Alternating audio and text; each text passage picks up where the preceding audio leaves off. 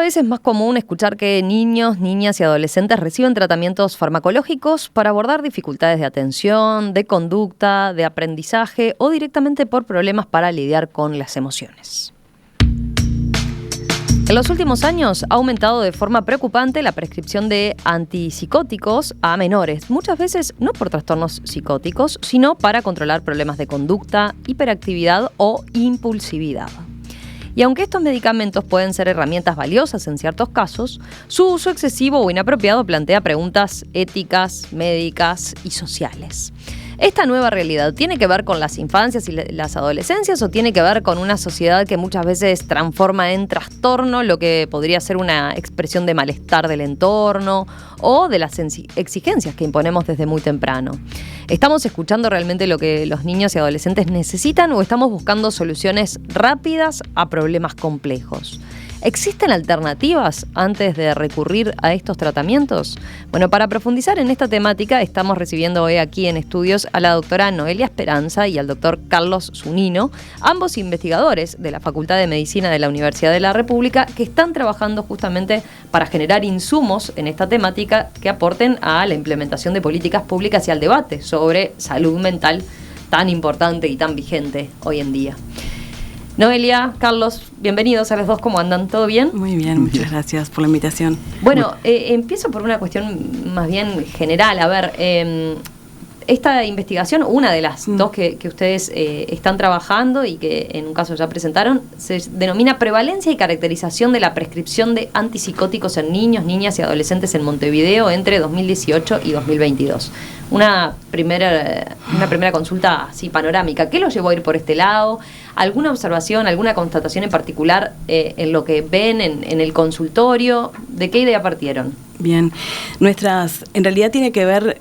Los dos somos de formación de posgrado en medicina pediatras y nuestras áreas disciplinares después dentro de nuestra actividad docente en la universidad es pediatría Carlitos y yo trabajo en farmacología y claramente ya por nuestras áreas de conocimiento y de investigación, no solo en Uruguay sino a nivel internacional, se viene hablando mucho del tema de la medicalización en general de la sociedad y en particular la medicalización de las infancias, y bueno, y eso en realidad es un tema que es parte del acervo, digamos, científico, y cuando uno lee los trabajos por dónde van los problemas que tenemos que afrontar desde la salud mental y desde las infancias, tiene que ver con el rol que juegan los medicamentos y desde qué perspectiva se usan los medicamentos en esta población que es vulnerable per se, ¿no? El uso de medicamentos en niños, niñas y adolescentes siempre es un tema. Así que disciplinarmente nos convocaba, la evidencia apoyaba un poco que tuviéramos que trabajar en esto, y también desde nuestra práctica profesional, Carlos desde el hospital de Pereira Rosell y nosotros desde el hospital de clínicas, claramente vemos esto como un problema frecuente, y ni que hablar que hoy, a la luz de lo que vos decías, de esta realidad nacional que se ha puesto arriba de la mesa la salud mental como un problema de la sociedad, estaba más que justificado, creo, el abordaje. Exacto, claro. En este sentido, nos pareció importante profundizar un poco, bueno, qué eran los problemas de salud mental, cómo los profesionales percibíamos este problema o a qué llamábamos problema de la salud mental, profundizar también en la prescripción de los medicamentos, como el trabajo que tú mencionaste. Pero bueno, conocer un poco más desde la investigación para poder aplicarlo luego tanto en la clínica como en las políticas de salud. Faltaban elementos cuantitativos. Claro. Que ustedes llevaron a cabo, o sea, para que esa idea y eso que venían viendo en lo que era la literatura internacional, incluso, bueno, constatar que efectivamente se estaba dando, ¿no? Sí, muchas veces nos pasa, y eso lo comprobamos desde la Facultad de Medicina en áreas vinculadas a la salud, de que nos cuesta a veces que las recomendaciones que hacemos las hagamos basados en nuestra realidad, porque a veces no tenemos la cantidad de datos suficientes locales para que la toma de decisiones sea un poco más a contexto, digamos. Tanto en datos epidemiológicos, como puede ser la prevalencia de estas enfermedades, como también cosas más conceptuales, ¿no? un debate que sería muy interesante es a qué le llamamos salud mental, ¿no? Como de qué es lo que abarca, dónde están los límites de eso y si es igual en un niño o una niña o en un adulto o un adulto mayor. Entonces, creo que ahí la universidad o la academia tiene como un lugar de ayudar a poner un poco de dar insumos para que esa discusión se dé con evidencia, puede ser internacional, bien analizada, y también la generación de evidencia local. Entonces, y las puntas son muchas, como te decía, cosas más conceptuales como cosas más cuantitativas, como estas que fue este primer trabajo que estamos presentando ahora, que es la cuantificación de cómo se da el consumo, es decir, el uso de, en este caso, antipsicóticos, que es uno de los grupos de psicofármacos más utilizados en los problemas de salud mental de niños, niñas y adolescentes, y bueno, y poner en números un poco esa realidad. Eso fue el primer trabajo que es bastante concreto en el sentido de la información que arroja, pero bueno, que sienta eso y lo deja por escrito y da paso a otras hipótesis en las que seguir trabajando, ¿no? ¿Perciben, se dio un punto de inflexión en este sentido con la pandemia? Sí, nosotros vimos este trabajo, como vos bien decías, va del 2018 al 2022 y hicimos un corte pandemia pre y post, digamos, tomamos el 2020 como el año pandémico, 2018 y 19 como pre y 21 y 22 como post pandémico. Y luego que empezó el aumento en el consumo, son datos de dispensaciones en las farmacias de 8 prestadores de salud de Montevideo, ¿no? Pero que el denominador abarca el 60 y pico % de todos los niños, niñas y adolescentes entre 0 y 19 años que hay en Montevideo. Y es decir, que es una muestra bastante buena para decir, independientemente de no poder reflejar estrictamente la realidad de todo el país, ¿no? Pero sí que vimos que este consumo, en realidad, en los años prepandémicos estaba en un lugar y post pandemia todo el consumo en todas las edades y en todos los niveles socioeconómicos que analizamos quedaron por encima de los valores prepandémicos. Porque tuvo esa característica, esto fue una idea cuando surgió esta idea que UNICEF tuvo mucho que ver porque acercó esta idea de poner en números esto y nosotros desde farmacología dijimos encantados de la vida porque bueno, son estudios de los que habitualmente hacemos, de estudios de consumo de medicamentos y nos parecía que esto, reflejarlo, estaba como muy bueno, ¿no? Y lo que vimos es que en los grupos etarios que dividimos en preescolares, escolares y adolescentes y por nivel socioeconómico que hicimos un proxy con el prestador de salud en el que se atienden, que son datos que así maneja el Ministerio de Salud Pública según el quintil de ingreso y cuál es tu prestador más probable de salud en función de tu quintil de ingreso. Observamos esta tendencia, como decíamos, de pre a post pandemia en todos los niveles socioeconómicos y en todas las edades, pero encontramos cosas más allá de eso cuando hacíamos esta diferencia por edad, sexo y prestador de salud con el proxy al nivel socioeconómico. Ahora después profundizamos en eso que digan los números generales, pero quería preguntarles, expliquemos para que se entienda en general ¿qué son los antipsicóticos? ¿Sabes por qué te pregunto? Porque hasta hace un tiempo uno tenía asociado, o cuando se hablaba de esto, empezábamos a pensar o se vinculaba más con el exceso del uso de la Ritalina. Sí, es cierto. ¿No? Que era como un tema que aparecía ahí preocupante, que se estaba viendo con exceso. Acá estamos hablando de antipsicóticos. ¿Qué son y qué implican? ¿Para qué se usan estos medicamentos y qué efectos generan? Bien, en realidad los antipsicóticos son medicamentos que tienen aprobación para el uso en los trastornos psicóticos, en la psicosis, en la esquizofrenia y en el trastorno bipolar, que son diagnósticos nosológicos bastante específicos que siguen criterios muy, muy estrictos para decir que una persona tiene esquizofrenia o tiene un trastorno bipolar, generalmente que son muy raros en las infancias, ¿no? No son. Y hay algunas indicaciones por fuera de esas que son las que le dan el nombre al grupo terapéutico y eso, en algunas poblaciones de niños, niñas y adolescentes para tratar problemas de conducta, por ejemplo, en niños que tienen problemas del desarrollo, es decir, indicaciones muy puntuales. Que escapan a esta realidad de verlo usado en otras situaciones fuera de esas que son las de prospecto, digamos, como decimos nosotros, uso off-label fuera de prospecto. ¿Y qué situaciones están buscando atender, digamos, o solucionar mediante este medicamento. Claro. Estamos hablando de simplemente falta de atención, de que le cuesta concentrarse. ¿Qué tipo Sí. de cosas? Los antipsicóticos, además de, su efecto, como decíamos, va para esas patologías, pero tiene un efecto sedante importante, ¿no? Y tiende como a la quietud de las personas. De hecho, puede ser con los antipsicóticos más viejos un gran problema la caticia. No importa. Pero digo, es buscar esta forma de mejorar el comportamiento de las personas que lo usan, ¿no? Porque da más sueño, te deja en un estado de mayor tranquilidad, ¿no? De sedación o de tranquilidad. Uh-huh. ¿Y qué cuestiones, qué situaciones, o sea, se plantean que se resuelven? Estamos hablando de eso, de irritabilidad, cuando se detecta que un adolescente, no sé, es impulsivo. ¿Qué tipo de situaciones? Nosotros, este estudio no responde esa pregunta porque es un estudio solo de lo que se dispensó. Uno tiene que tomarlo como un dato poblacional que nos fue a mirar en la historia. Son datos poblacionales, ¿no? Nos fuimos a la historia de cada uno de estos chiquilines para mirar cuál era la indicación. No es un estudio de indicación-prescripción. Entonces no podemos afirmar el motivo por el que lo usan, ni tampoco el tiempo que duró esa exposición a ese medicamento. Esa información surge de otro tipo de estudios que no son pero ahí nos podemos basar en la evidencia esta que te decíamos internacional, de que sabemos que el uso fuera de prospecto es muy común, sobre todo porque si vemos un uso masivo en infancias y la principal indicación es la esquizofrenia, que es muy rara en las infancias, ya ahí hay un algo problema. que nos cierra. Exacto. Y bueno, entonces, nada, la realidad es que son usos fuera de prospecto para situaciones de la vida de las infancias que tenemos que caracterizar mejor, sin duda. Y es muy probable que haya niños y niñas que sí lo precisen.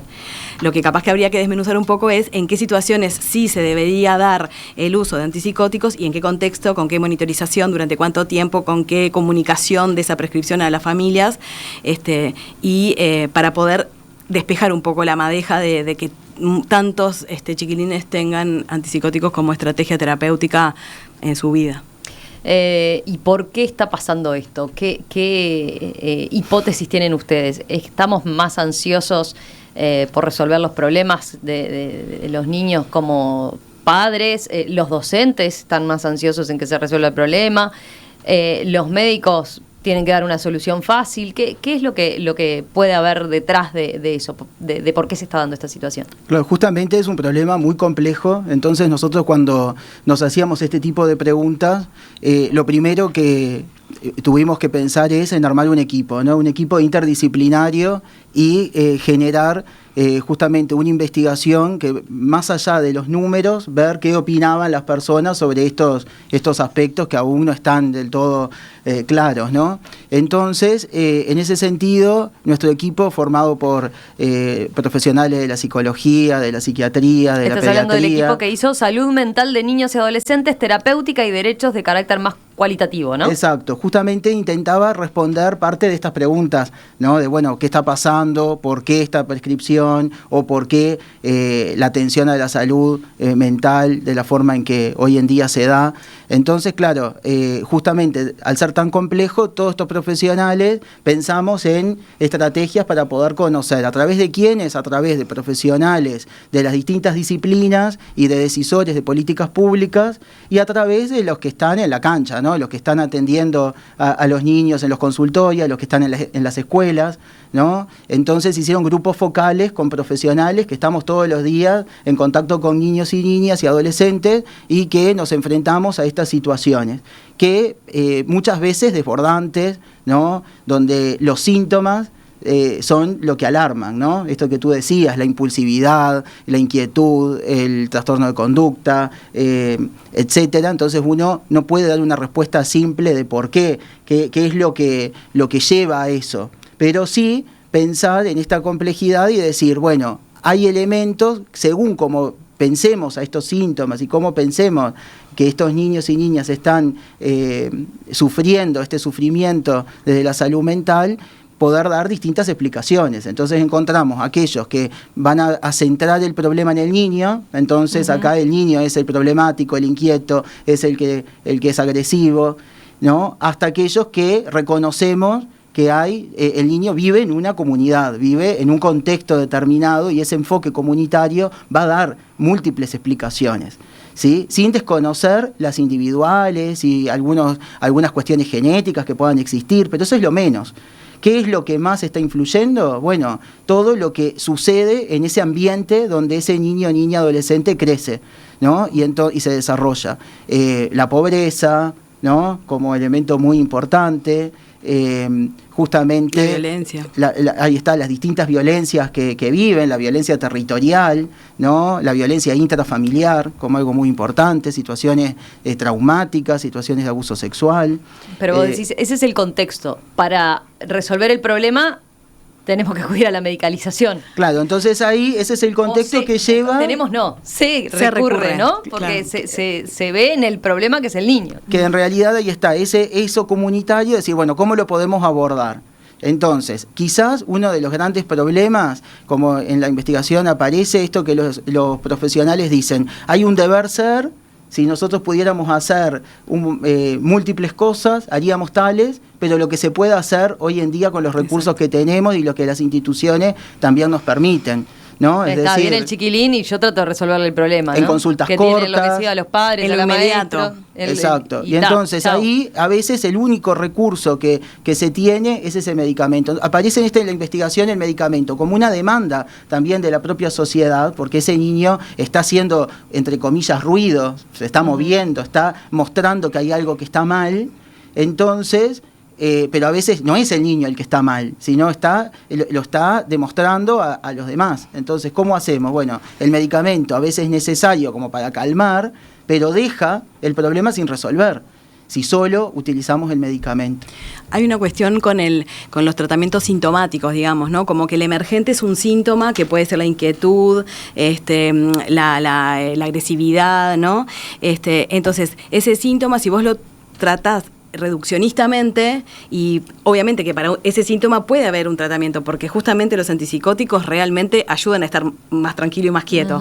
Ahora, quedarnos en ese nivel, en esa capa de soluciones, eso es lo que un poco cuestionamos desde estas investigaciones, ¿no? Primero poniéndolo a la luz y después diciendo, bueno, a ver por dónde es que van las otras complejidades o vueltas que tiene esta madeja, que está enmarañada y que además tiene muchas vueltas. Exacto. Entonces, ahí es, y desde la farmacología lo decimos siempre, los medicamentos tienen que ocupar un lugar, no el lugar, porque si no, es muy reduccionista, muy biologicista el encare, cuando ya sabemos que la medicina va por otro lado, ¿no? Sí que tiene un montón de cosas biológicas, genéticas, ni que hablar, pero somos seres sociales, entonces es desde ese contexto más para los problemas de salud mental. Y hay unas... No, que agregar con que sin dejar de reconocer que muchas veces el medicamento es necesario, y a veces puede ser necesario para que el niño deje de sufrir en forma transitoria.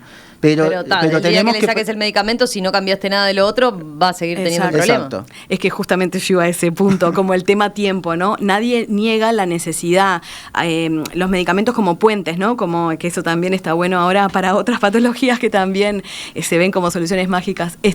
Como si yo necesito para empezar un proceso terapéutico, por ejemplo, tener un nene que esté más receptivo, que pueda, eso es bárbaro, y las pruebas terapéuticas. El tema es que nosotros también, y eso lo vemos en otras investigaciones con otros psicofármacos, la exposición se mantiene por mucho tiempo en niños, en niñas y también en adultos, ¿no? Hay ejemplos clásicos con las benzodiazepinas, que es otro grupo de psicofármacos bastante común, que la gente vive con ellas años, 10 años, 20 años, cuando la evidencia en ningún momento apoyó, ni está escrita, ni están recomendados con esos fines, con los antipsicóticos, a menos que seas tengas esquizofrenia, que es una patología crónica, bla, bla, no pensamos que tengamos que seguir con esto para siempre, ¿no? El tema de la exposición y el tiempo y el que nadie saca lo que otro pone es parte grande del problema, creemos.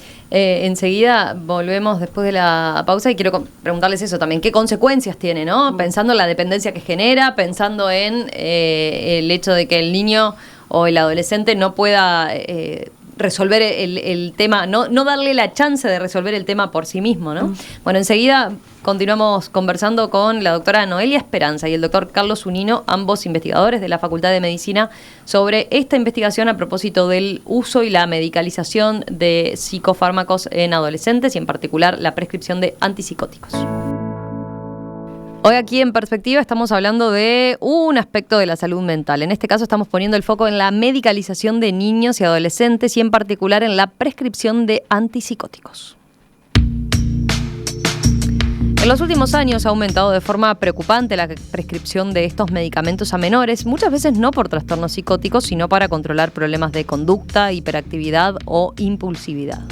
Y aunque los antipsicóticos pueden ser herramientas valiosas en ciertos casos, su uso excesivo o inapropiado plantea preguntas éticas, médicas y sociales. En la Facultad de Medicina de la Universidad de la República se están generando distintas investigaciones al respecto que buscan justamente aportar insumos para la ayuda de nuevas políticas públicas sobre el tema, pero también para concientizar a la población que la salud mental es un problema social. Estamos profundizando sobre este tema con dos pediatras, Noelia Esperanza y Carlos Zunino, ambos investigadores en estos trabajos en la Facultad de Medicina. A ver, lo dijimos recién al pasar sobre el final del bloque anterior, pero ¿qué consecuencias puede tener para los niños, para los adolescentes, este uso prolongado o uso excesivo o uso cuando no tienen que usar este tipo de medicamentos? Sí, hay como dos formas de mirar los problemas del uso excesivo o cuando no tiene indicación. Uno es la exposición a los efectos adversos que tienen todos los medicamentos. Siempre que tomamos un medicamento vamos a tener los efectos terapéuticos, que son los que buscamos, pero estamos expuestos a efectos adversos que pueden ser, depende del tiempo de exposición, los que aparecen en el corto plazo, pero si estamos expuestos mucho más tiempo, también los que aparecen en el mediano y largo plazo. En las infancias a veces es difícil tener evidencia porque no es que sean medicamentos que se hayan probado exhaustivamente en esta población. Entonces los efectos a largo plazo muchas veces son inciertos o tenemos que vigilarlos ya cuando están en uso porque la evidencia generada no es muy apropiada, muy contundente.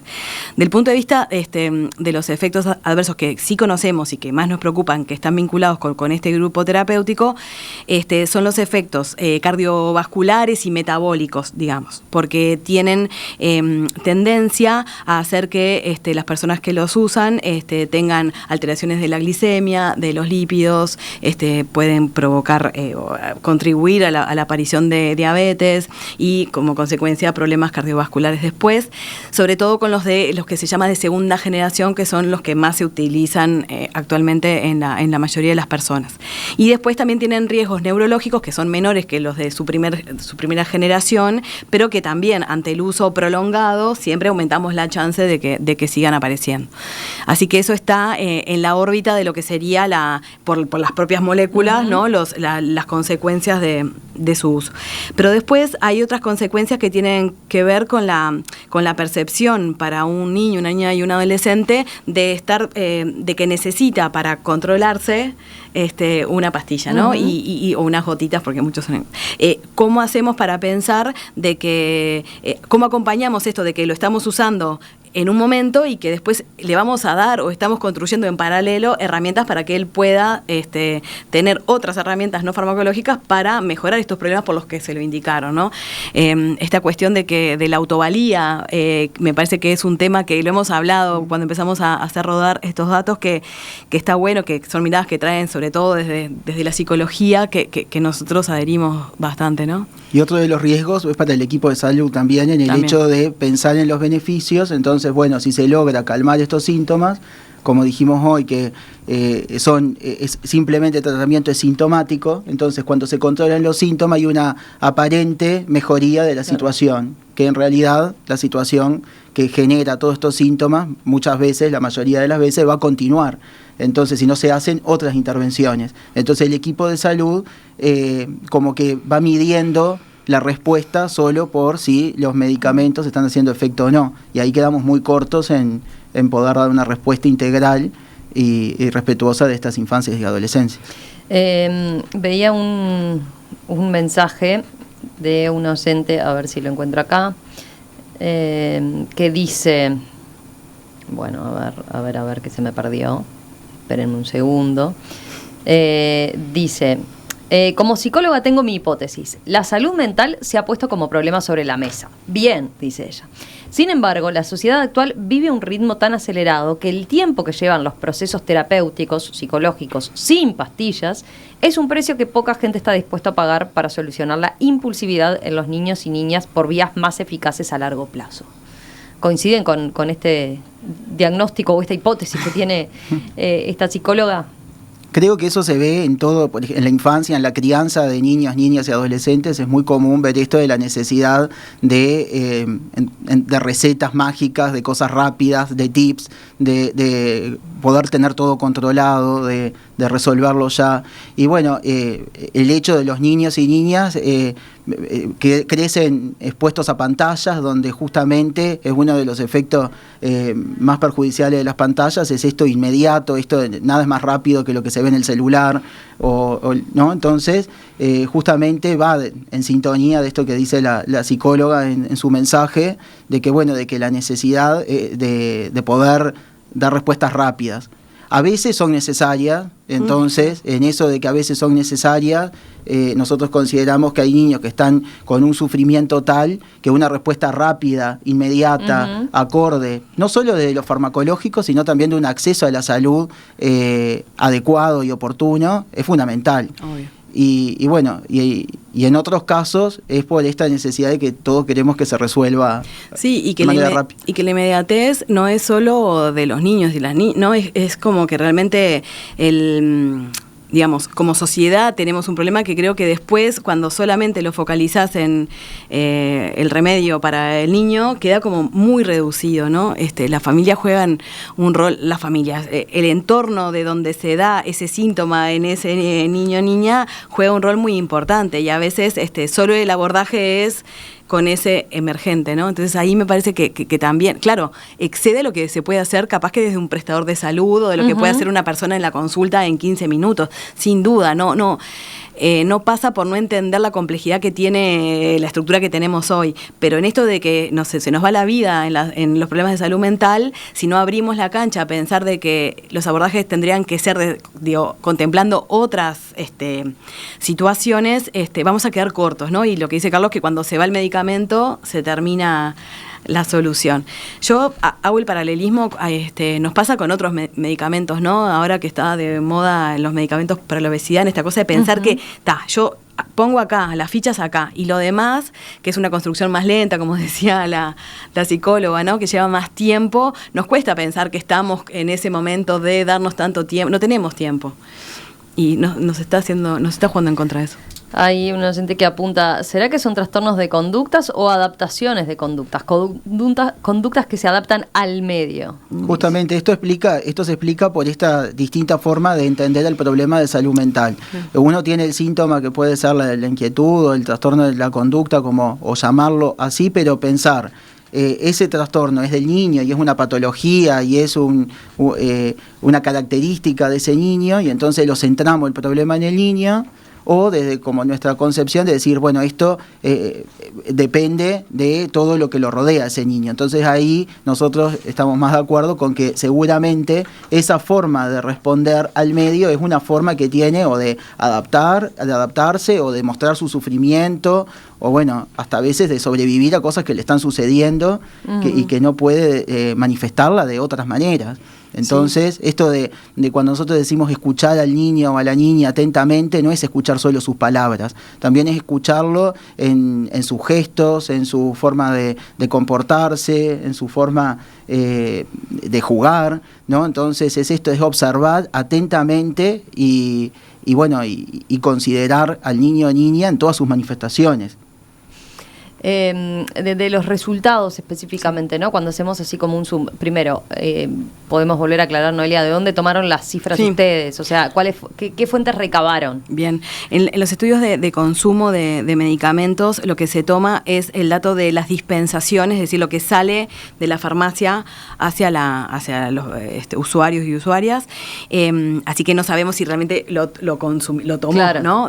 Pero es una forma estandarizada que propone la Organización Mundial de la Salud para medir consumo de medicamentos. Y ahí hay una variable que se usa, que es la dosis diaria definida cada 1.000 habitantes día, que es la que usamos nosotros, que es la que se propone, que tiene muchas limitaciones, por supuesto, pero que todos usamos la misma, por tanto estamos todos expuestos como a los mismos problemas. Y lo mejor que tiene como unidad de medida es que te hace comparable a ti mismo con tus datos si volvés a repetir este mismo proceso a futuro, ¿no? Si tomaras medidas o tuvieras acción.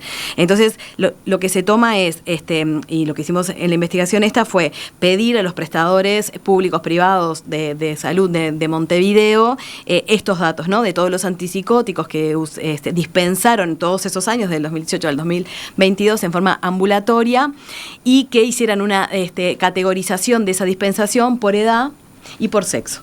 Y ahí nosotros después armamos estos indicadores usando la DHD para categorizar, ¿no? En función de la edad, del sexo y el prestador de salud, cómo se daban los comportamientos, los perfiles de consumo en esas poblaciones. Un primer resultado tiene que ver con que el uso de antipsicóticos fue más elevado en el prestador público que en las mutualistas, ¿no? Sí. ¿Esto a qué puede responder? ¿A que hay menor disponibilidad de otras herramientas? Claro, nosotros eso no lo pudimos comprobar. Intentamos hacer una comparación con el acceso a los servicios de psicología, por ejemplo, de los prestadores, y la verdad que la calidad del dato fue muy mala, así que no nos costó mucho. Gran parte del tiempo que nos llevó terminar el trabajo fue acceder a la información, que es un dato en sí mismo, por lo difícil que es investigar epidemiológicamente en nuestro país cuando no lo pide el ministerio o no es una meta prestacional, ¿no? Eso es un dato en sí. Y lo que hicimos fue, a tu pregunta, nosotros no podemos decir por qué pasó lo que vimos, porque no es un estudio bien cuantitativo que no apunta a eso. Pero sí que es una hipótesis probable de que el medicamento solucione más, o sea, la estrategia en el subsector público que en los otros subsectores del sistema.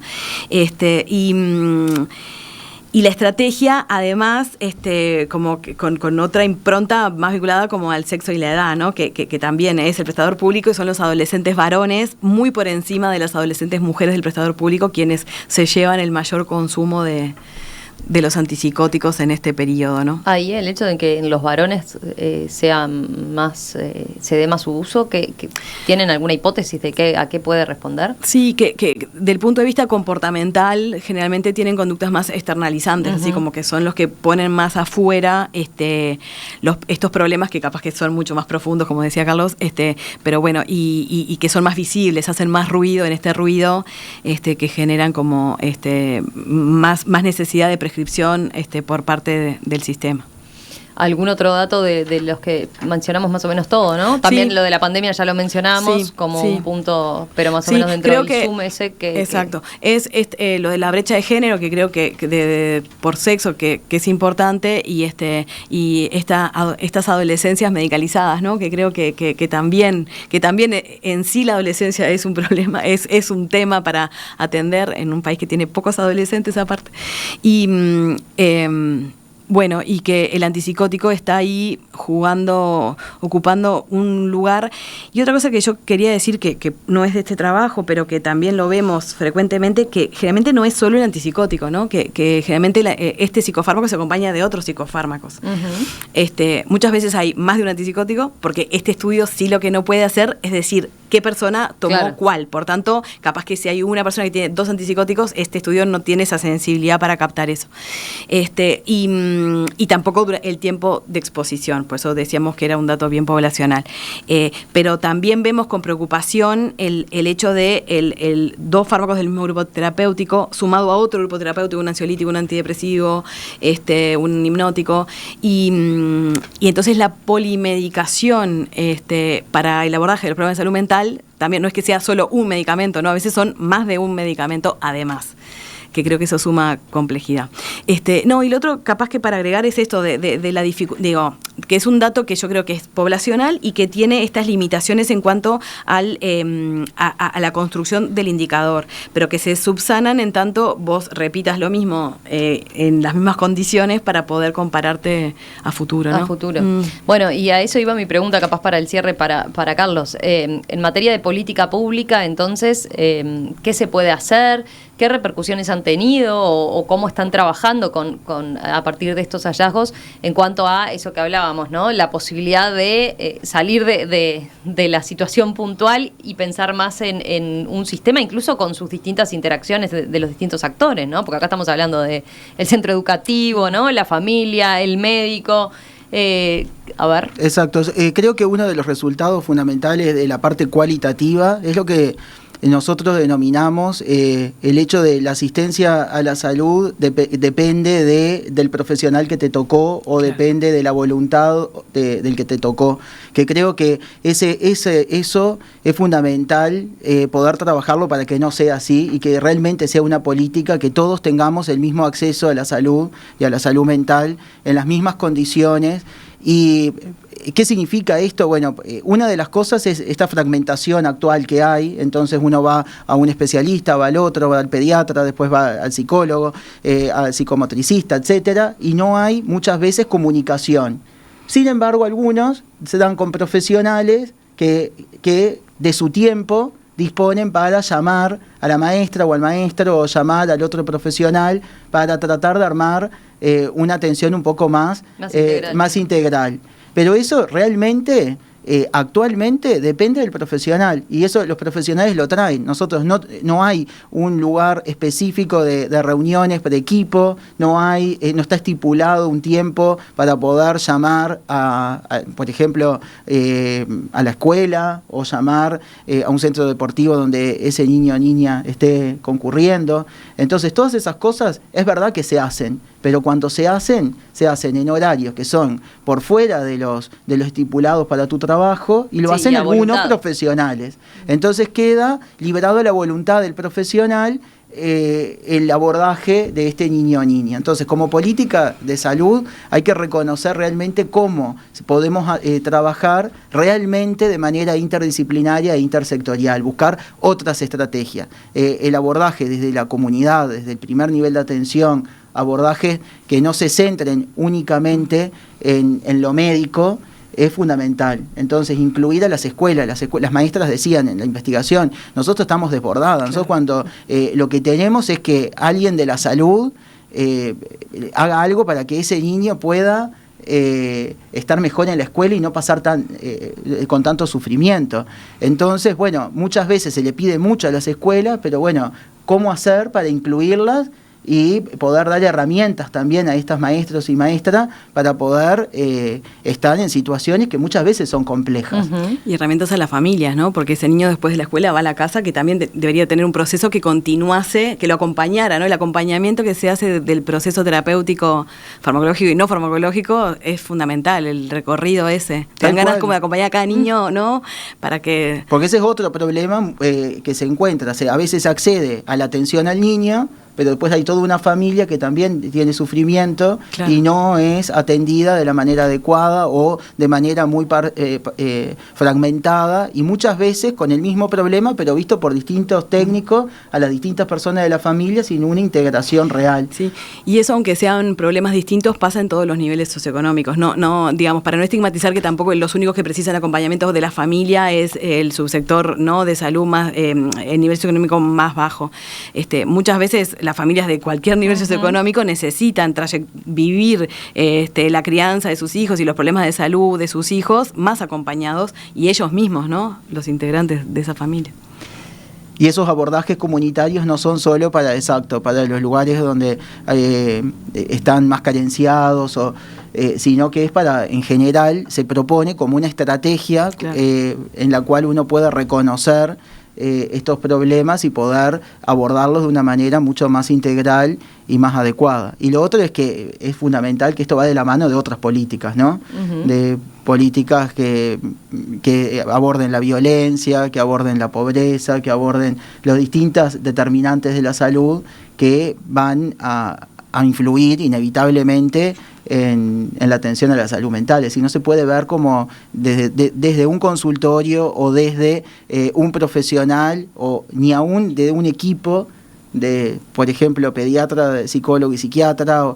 Es decir, se requiere otro tipo de abordaje mucho más complejo Y bueno, creo que las políticas públicas deberían reconocer esto, bueno, esto en la literatura se conoce desde hace muchísimo tiempo, los profesionales lo venimos diciendo hace mucho tiempo de la distinta disciplina, ahora falta un salto de decir cómo se organizan las instituciones de salud para dar una respuesta desde la salud de una manera más integral, más coordinada, con estos espacios de coordinación entre los equipos, pero que recuerde que no todo se soluciona en la salud, entonces tenemos que tener esa comunicación con los distintos sectores, la educación, la justicia, cuando es necesaria, entre otros.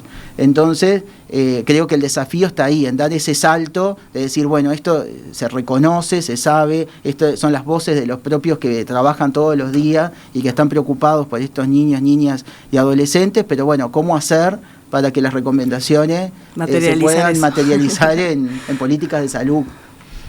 Doctor Carlos Zunino, doctora Noelia Esperanza, ambos investigadores de la Facultad de Medicina de la Universidad de la República, muchas gracias por estos minutos esta mañana aquí en Perspectiva. A ustedes. Volvemos a conversar más adelante, seguramente cuando continúen con las investigaciones y continúen dándose avances al respecto, los volvemos a convocar, ¿sí? Gracias. Gracias. Muchísimas gracias.